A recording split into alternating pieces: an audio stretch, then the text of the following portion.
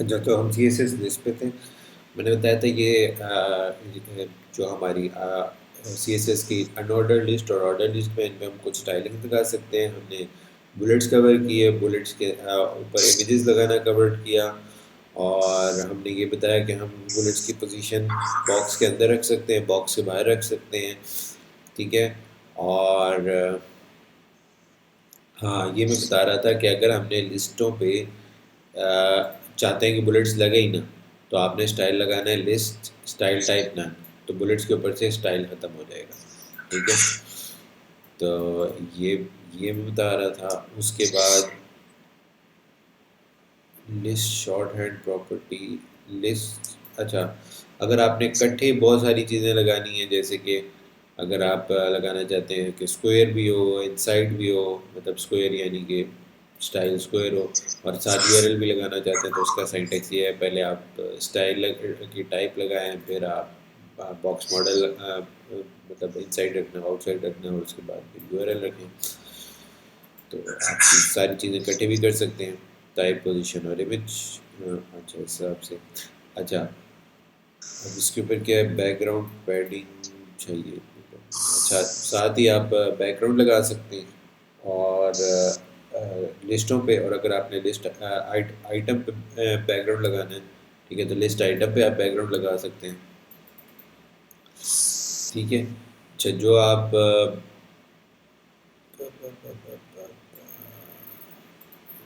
बस यही है। ठीक है।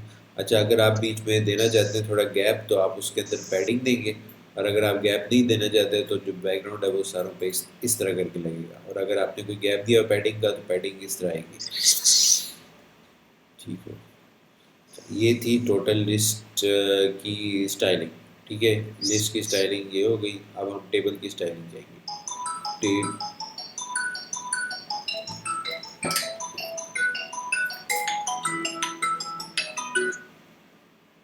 हेलो, अस्सलाम वालेकुम। हेलो।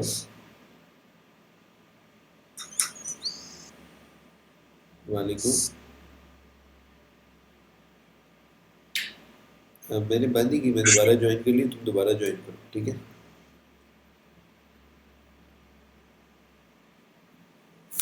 आसमान था, पता नहीं क्यों नहीं आ रहा उसका।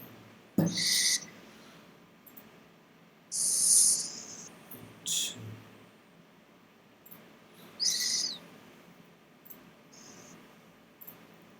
अच्छा, अब CSS टेबल की स्टाइलिंग। CSS टेबल की स्टाइलिंग, अब टेबल हमने पहले कवर किया था। टेबल्स में मैंने बताया था कि हमारे पास जो HTML का टेबल होता है ना, उसके अंदर हमारे पास क्या क्या चीज़ें होती हैं। टेबल होता है, उसका नेम।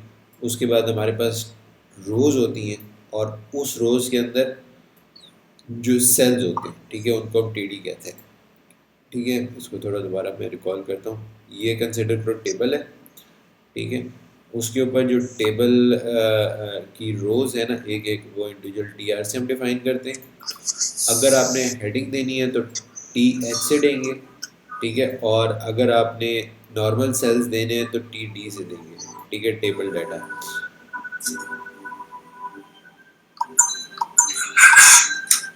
यार, ये आवाज़ कौन सी आ रही है, बंद करो काइंडली। अच्छा। ठीक है। तो हमारे पास TR टेबल रोज होगी, और TH जो होंगे टेबल हेड होंगे, और TDs हमारे पास नॉर्मल सेल्स हैं। ठीक है। अब देखते हैं इन पे स्टाइलिंग हम कैसे लगाएंगे।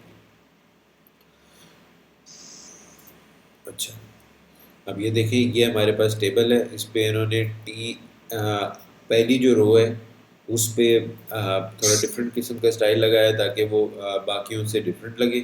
और ये देख रहे हैं, हर एक रो जो इंडिविजुअल है उस पे अल्टरनेटिव स्टाइल लगाया हुआ है। यानी कि अगर आप इसको इस तरह देखो कि एक इवन है और एक ऑड है, तो इवन पे डिफरेंट स्टाइल है और ऑड पे डिफरेंट स्टाइल है, ताकि टेबल की विजिबिलिटी अच्छी हो। ठीक है। तो इसको हम देख लेते हैं कि हमने कैसे किया।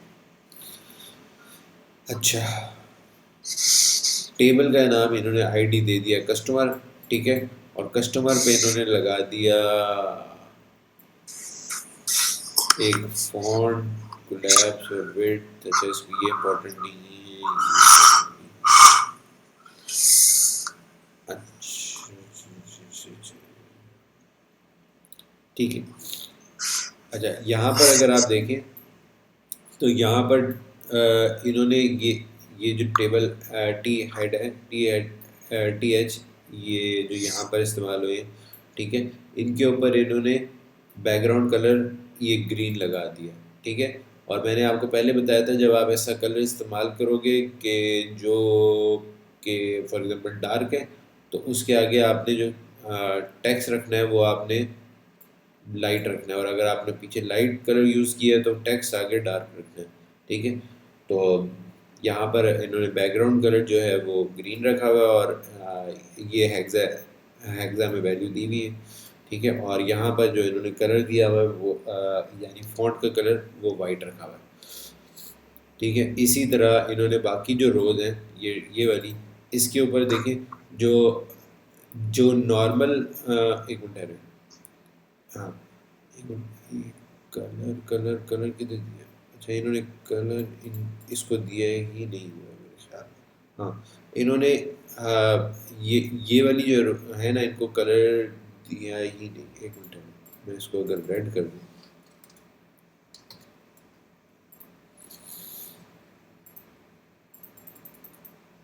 नहीं सॉरी ये तो होवर पे हो गया,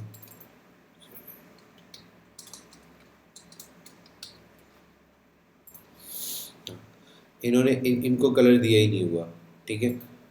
दोबारा इसको, अच्छा इन्होंने सिर्फ क्या दिया हुआ है, कस्टमर टेबल की टी आर रोज को सिलेक्ट किया हुआ है, और उसके बाद एन एच चाइल्ड, यानी ये एक प्रॉपर्टी है, यानी कि एन एच चाइल्ड के अंदर हम इवन सिलेक्ट किया है उन्होंने, इवन रोज, ठीक है। इवन रोज यानी कि दो दो दो, दो के बाद चार, चार के बाद छः, ठीक है। इवन रोज सिलेक्ट किए और उसके ऊपर बैकग्राउंड कलर जो इन्होंने लगाया वो ये वाला लगाया, ठीक है। कोई अपनी मर्जी से सिलेक्ट किया, अगर आप यहाँ पर कुछ और सिलेक्ट करेंगे तो वो वाला लग जाएगा ऑरेंज फॉर, ठीक हो गया। तो विजिबिलिटी के लिए इन्होंने जो ऑड है उनको वैसे ही रहने दिया है, और जो इवन है उसको सिलेक्ट किया, और अगर आप चाहो तो अपनी मर्ज़ी से यहाँ पर ऑड के ऊपर भी बैकग्राउंड लगा सकते हो।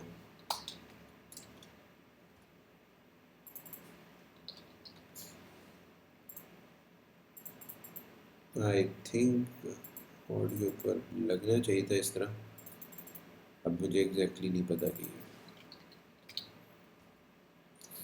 ऑड के ऊपर इस तरह लगता है, ओल्ड नहीं लिखा है, ठीक हो गया, ठीक है। तो इवन ऑड पे आप डिफरेंट किस्म के कलर्स लगा सकते हैं। अच्छा इसको मैं रिफ्रेश करता हूँ, ठीक है। अब इन्होंने देखो ऑन होवर पे भी लगाया हुआ है कि अगर आप टी आर पे होवर करते हो, यानी माउस होवर करते हो, होवर का मतलब उसके ऊपर माउस लेकर आना, तो उसके ऊपर बैकग्राउंड कलर डिफरेंट लगा हुआ है। फॉर एग्जाम्पल यहाँ पर ये हेक्साडेसिमल डी यानी हल्का सा ग्रे कलर इन्होंने दिया हुआ है, और अगर आप चाहो इस ग्रे कलर को ख़त्म करके कुछ और भी कर सकते हो, फॉर एग्जाम्पल ब्लू, ठीक है। देखो माउस होवर पे ये ब्लू कलर आ रहा है, ठीक है। तो आप यहाँ पर जिस मर्जी तरह की होवर पे स्टाइलिंग लगाना चाहो, अगर कलर चेंज करना चाहो, ठीक है, कलर वाइट, तो ये आप लगा सकते हैं, ठीक है। आप पे डिपेंड करता है कि आप स्टाइलिंग किस तरह की देना चाह रहे हो, ठीक है। अच्छा ये हमारे पास ये हो गया, अभी इसको हम आगे दोबारा देख लेते हैं अगर इन्होंने दोबारा बताया हो, ठीक है।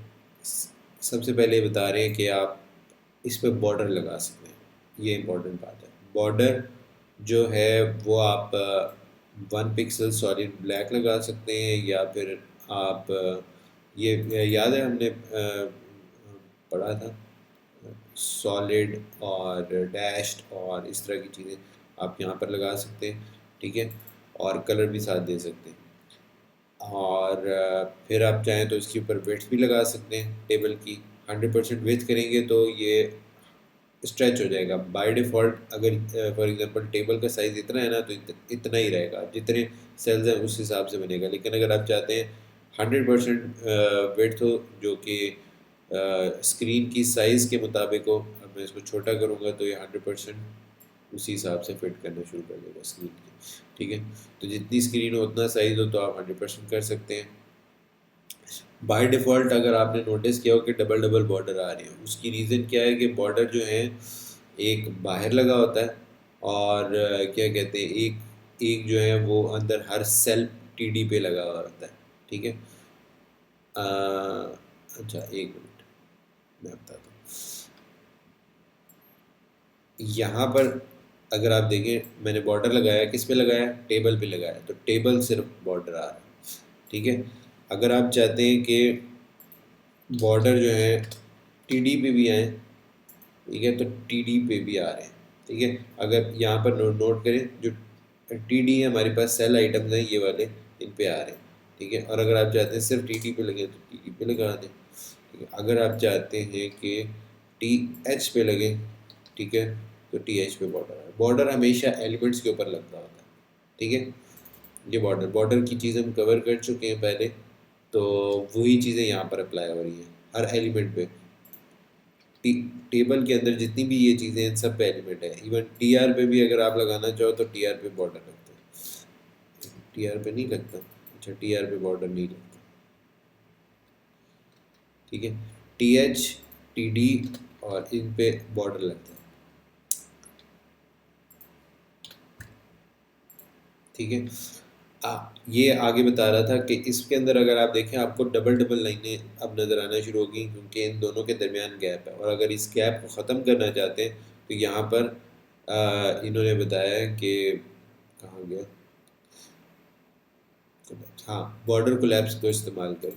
ठीक है, अब क्या होगा कि इनके दरमियान जो गैप है ना वो ख़त्म हो जाएगा, और क्या कहते हैं, ये जो जो आपने इन सारों के ऊपर बॉर्डर लगाया था टेबल टी डी और टी एच पे, ये सारी इकट्ठी नज़र आएंगी। और अगर मैं इसको रिमूव कर दूँ बॉर्डर कोलैप्स को, तो ये दोबारा वैसे ही नज़र आना शुरू हो जाएगा। ठीक है, गैप के साथ। तो इस गैप को ख़त्म करने के लिए बॉर्डर कोलैप्स इस्तेमाल करते हैं। अगर आप सिर्फ टेबल के अराउंड बॉर्डर देना चाहते हैं तो टेबल के अराउंड इस तरह दे सकते हैं।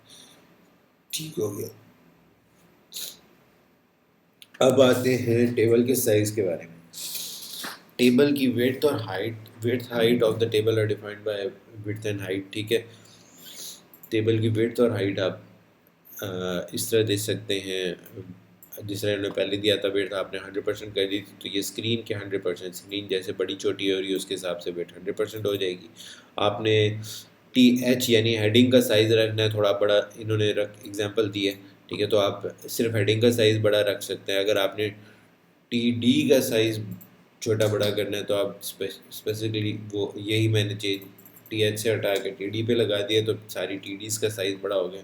तो ये अब आपके ऊपर डिपेंड करता है कि आपने इसका साइज़ किस तरीके से मैनेज करना है।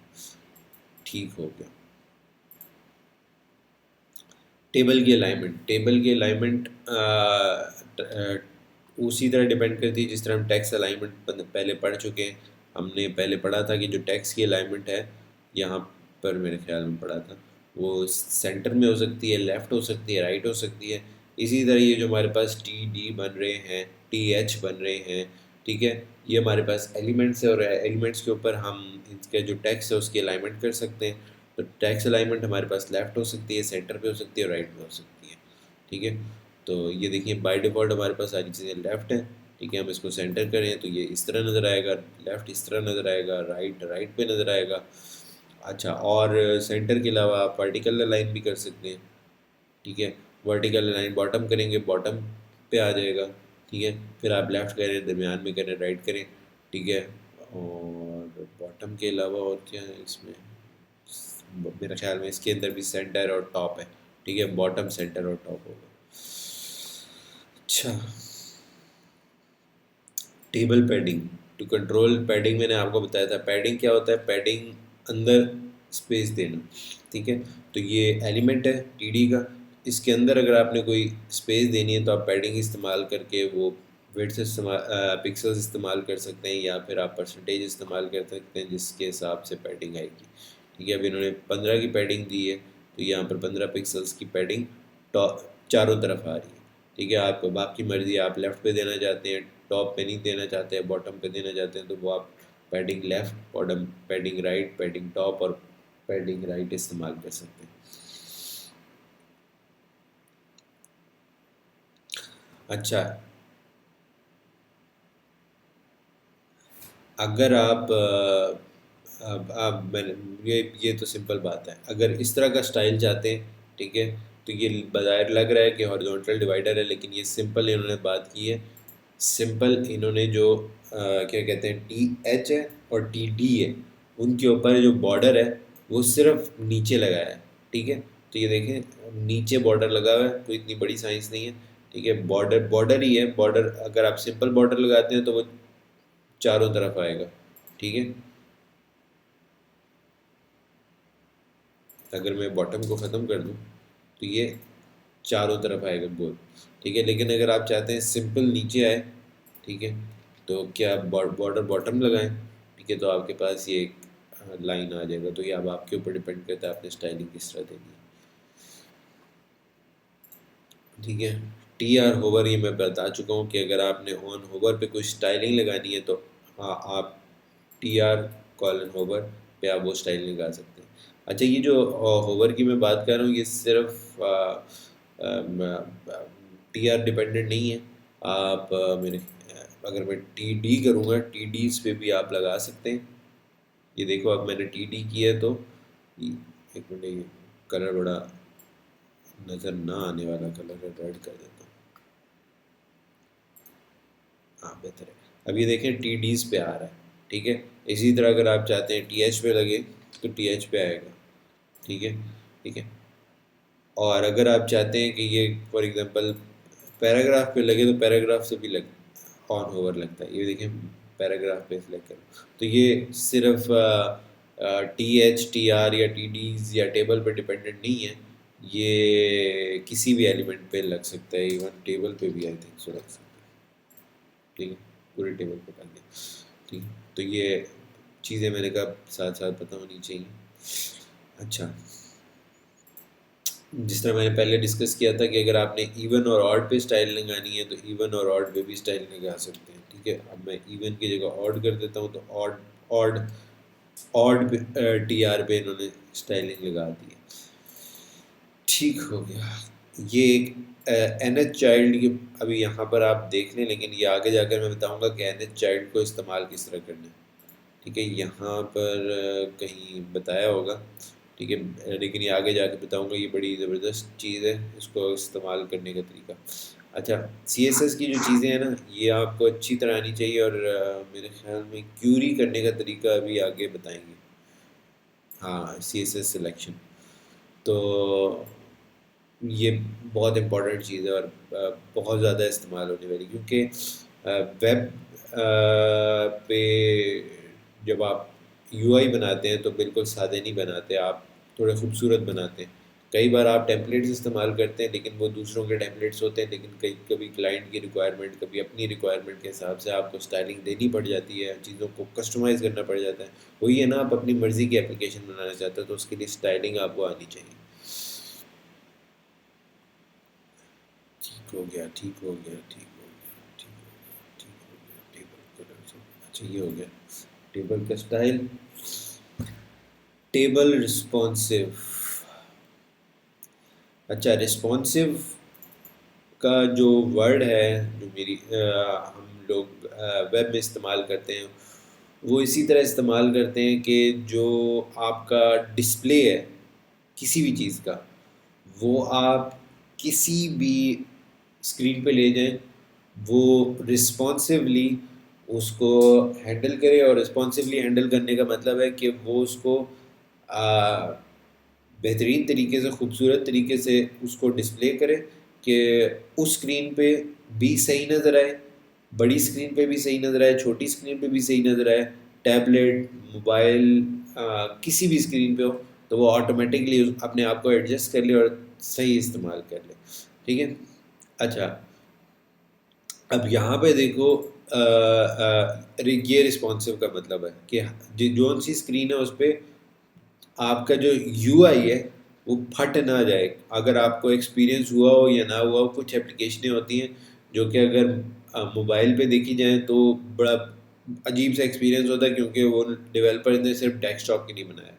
और कुछ जो मोबाइल के लिए बनी आती हैं वो आप डेस्कटॉप पे जाके देखो तो बड़ी अजीब सी दिखनी शुरू हो जाती हैं, क्योंकि उन्होंने वो बनाई मोबाइल के लिए। ठीक है, एप्लीकेशंस की बात कर रहा हूँ तो ये हर तरह की एप्लीकेशंस में ये कई बार मसले आते हैं। ठीक है, तो रिस्पॉन्सिव का मतलब होता है कि आप एक ऐसी एप्लीकेशन बनाओ, एक ऐसा यूआई बनाओ कि जो कि हर इंटरफेस पे बेहतरीन, मतलब हर स्क्रीन पे बेहतरीन चले। ठीक है, तो रिस्पॉन्सिव टेबल्स बनाने का इन्होंने एक बताया। फॉर एग्जांपल अगर आपकी स्क्रीन बड़ी है तो ये, फॉर एग्जांपल मेरी स्क्रीन भी इतनी बड़ी नहीं है, कंसिडर करें 4K स्क्रीन है। 4K स्क्रीन पे आपको ये स्लाइडर नहीं नज़र आएगा, और ये स्लाइडर कैसे इन्होंने बनाया ये मैं बताता हूँ। ठीक है, अब मैं स्क्रीन को छोटा कर रहा हूँ, मोबाइल जितना कर रहा हूँ। ठीक है, अब देखें इसके ऊपर ये स्लाइडर बड़ी खूबसूरती से इन्होंने मैनेज किया हुआ है। टेबल की इंटीग्रिटी भी रही है, प्लस आपका एक स्लाइडर आ गया, आप अपनी उंगली से इसको स्लाइड करके इसके रिजल्ट्स वगैरह जो भी हैं वो देख सकते हैं, बिल्कुल टेबल की तरह। ठीक है, तो टेबल की इंटीग्रिटी रही। तो यही रिस्पॉन्सिव का यहाँ पर कॉन्सेप्ट इस्तेमाल किया गया। ठीक है, तो इसको मैं बताता हूँ कैसे। हमारे पास प्रॉपर्टी होती है ओवरफ्लो की। ठीक है, ये प्रॉपर्टी आप याद रखनी है। कहाँ गई, किधर लगा, हाँ, ओवरफ्लो एक्स, ओवरफ्लो वाई। ठीक है, ओवरफ्लो एक्स क्या होता है, एक्स हमारा मतलब होता है एक्स एक्सिस। ठीक है, ओवरफ्लो वाई भी होता है, वाई का मतलब होता है वाई एक्सिस। ठीक है, अगर आप चाहते हैं कि आप हाँ, ये जिस तरह स्क्रीन बड़ी है, देखो कोई वो नहीं है, लेकिन जब छोटी होती है ना, तो अगर हम ये ना लगाएंगे तो देखना क्या होगा।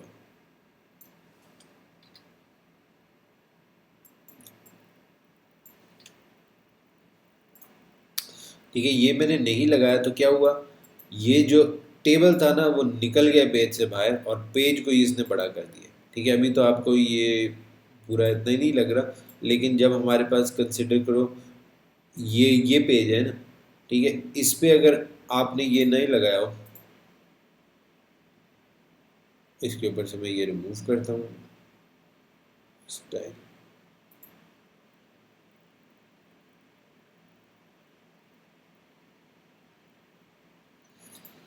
हाँ, ये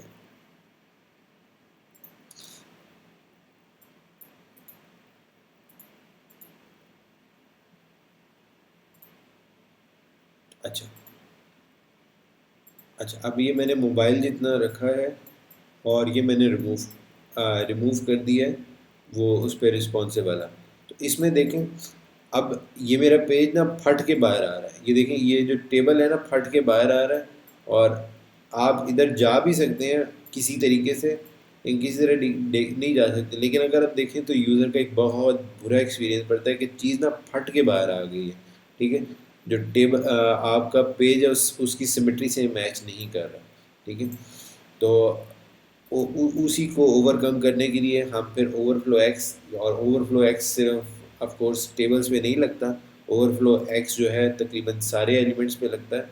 और ओवरफ्लो इस इस्तेमाल ही इसलिए होता है कि आप चीज़ों को स्क्रॉल दे सकें। ठीक है, ये जो स्क्रॉल होता है ना नॉर्मल, ये आप दे सके। आप ओवरफ्लो एक्स ऑटो लगाए इस पर ऑटोमेटिकली।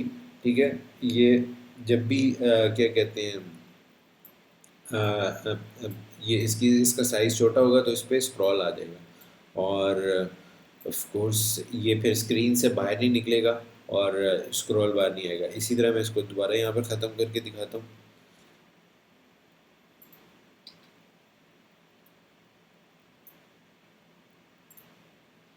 ठीक है, अब ये स्क्रीन से बाहर निकल गया है, और आपका पूरी स्क्रीन जो है वो मूव करेगी जब आप स्क्रॉल करोगे। लेकिन अगर आप चाहते हो कि सिर्फ मेरा टेबल अगर बाहर निकला है तो टेबल पे स्क्रॉल आए, तो ये देखो कितनी खूबसूरती से टेबल सिर्फ स्क्रॉल आ रहा है, बाकी आपकी पूरी यूआई अपनी जगह पे टिकी हुई है। ठीक है, इसी तरह आप ओवरफ्लो वाई भी लगा सकते हैं, ठीक है, लेकिन प्रोवाइडेड के आप आपने विड्थ भी दी हो।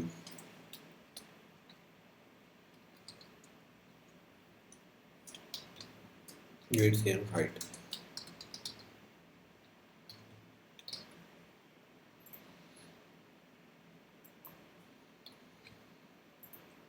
अब ये देखो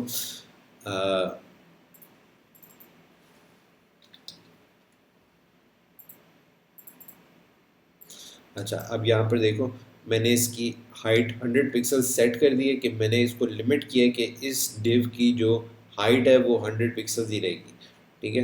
अच्छा, यहाँ पर नोट करें, यहाँ मैं टेबल पे नहीं लगा रहा, मैं उसके ऊपर एक डिव लगाई और उस पर स्टाइलिंग लगा रहा हूँ। तो अब जब भी आपने स्टाइलिंग टेबल पे लगानी है तो आपने उसके ऊपर एक डिव लगानी है और उस पर हमेशा ये ओवरफ्लो की स्टाइलिंग लगानी है, ठीक है।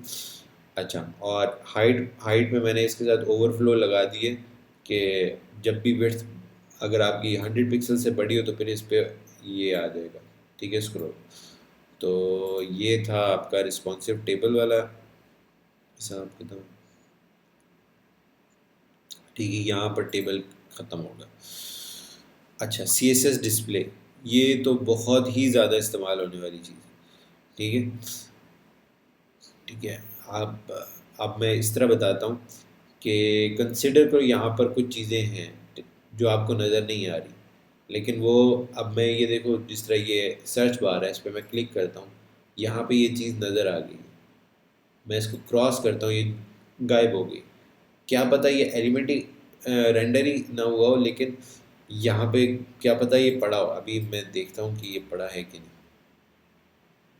ये इनपुट है, इसको मैं क्रॉस करता हूँ, वाह, इनपुट पड़ा हुआ है पेज पे लेकिन नज़र नहीं आ रहा। फिर मैंने क्लिक किया, इनपुट वहीं पे है, ये इनपुट फील्ड ये वाली, ठीक है, और ये मैं इसको क्रॉस कर रहा हूँ, हालांकि पड़ा हुआ है लेकिन नज़र नहीं आ रहा। ये इन्होंने कैसे अचीव किया ये मैं आपको बताता हूँ, ठीक है। अब ये इन्होंने, कहाँ हो गया, अच्छा, अच्छा, ये पूरा इन्होंने एक पैनल बनाया हुआ है और इसको ये हाइड और शो करवा रहे हैं। हाइड और शो कैसे करवा रहे हैं मैं बताता हूँ, इन सबको बंद करता हूँ, शिट,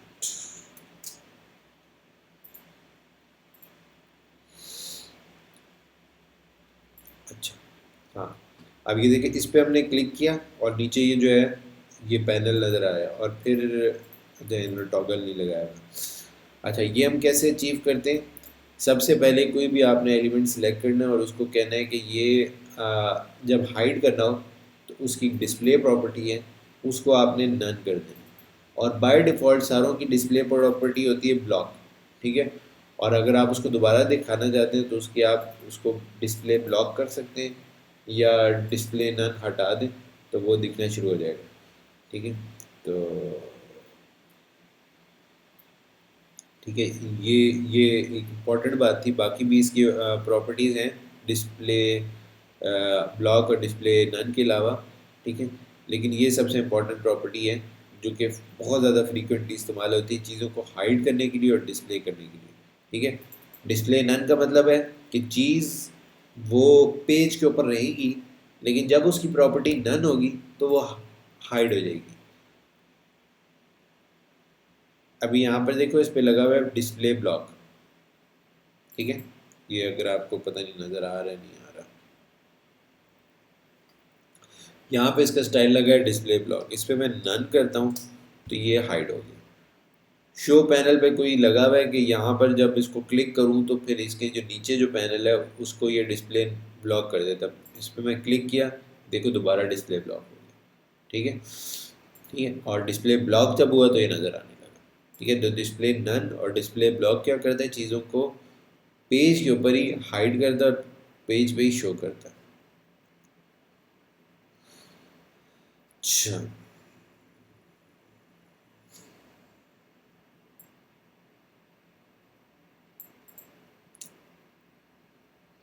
अच्छा, हमारे पास बाय डिफ़ॉल्ट ब्लॉक, अच्छा ब्लॉक क्या होता है, और एक,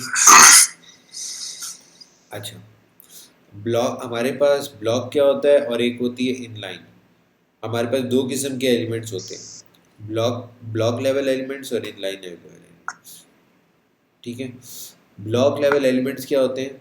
ब्लॉक, जिस तरह ब्लॉक इसका नाम है, ब्लॉक क्या होता है? ईंट। ईंट ईंट को अगर हम देखें, ईंट को हम एक दूसरे के ऊपर स्टैक करते हैं। जब बिल्डिंग बनाते हैं तो एक के ऊपर स्टैक करते हैं। तो कंसिडर करो ये एक ईंट है, ठीक है।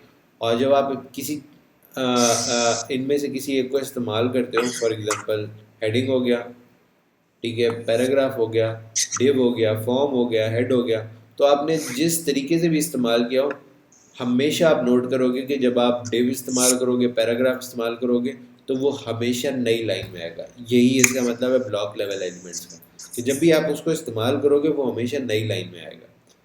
और जो इन लाइन लेवल एलिमेंट्स हैं, जब भी आप उनको इस्तेमाल करोगे तो वो एक के बाद एक आएंगे, यानी कि पहले एक आएगा, फिर उसके बाद, जिस तरह ये टेक्स्ट लिखा होता है ना, एक के बाद एक, ठीक है, एक ही लाइन में, ठीक है। तो इस तरह स्पैन अगर आप दो बार इस्तेमाल करोगे तो वो एक के बाद एक आएगा, यानी कि उसी की, अगर ये आपने यहाँ पर एक स्पैन इस्तेमाल किया और यहाँ पर स्पैन इस्तेमाल किया तो दोनों इन लाइन आएंगे, ठीक है। लेकिन अगर आपने दो डिव्स इस्तेमाल किए हैं तो वो डिव एक पूरी लाइन अपनी इस्तेमाल करेगा, और फिर अगर आपने दूसरी डिव इस्तेमाल किया तो दूसरी वो नई लाइन में इस्तेमाल होगी, चाहे बेशक आगे खाली स्पेस हो, ठीक है। डिव हमेशा नई लाइन में आएगी। तो ब्लॉक लेवल क्या होते हैं? वो हमेशा नई लाइन में आते हैं। हेडिंग हो गए, पैराग्राफ हो गए, फॉर्म हो गए, हेडर हो गए, फुटर सेक्शन हो गए, और ये एंकर यानी जिस पे हम यूआरएल्स लगाते हैं, इमेजेस, स्पैन्स, ये हमेशा इन लाइन आते हैं, ठीक है।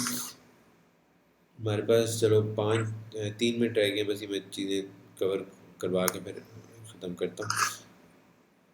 अच्छा,